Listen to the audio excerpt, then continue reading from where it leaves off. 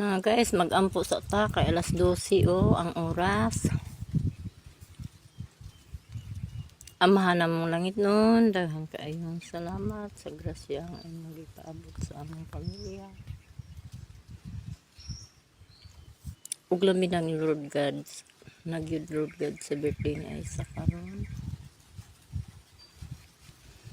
Hatagan nimo siya Lord God ug maayong panglawas. Aron kanunay siya magtrabaho. O katagan siya o nimo siya o daghan pang katuigan sa iyang kinabuhi. Ilabi na gyud kami Ginoo sa among pamilya. Ipapalari. Labi na gyud ako Ginoo uban sa akong anak. Tabangan kami kanina Lord God. Nasa tanan Lord God. Pasaylo kami. Diin kami nakasala kami. Basta Lord God.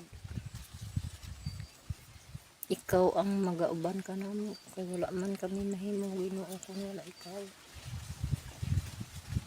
O kang Mama Mary na.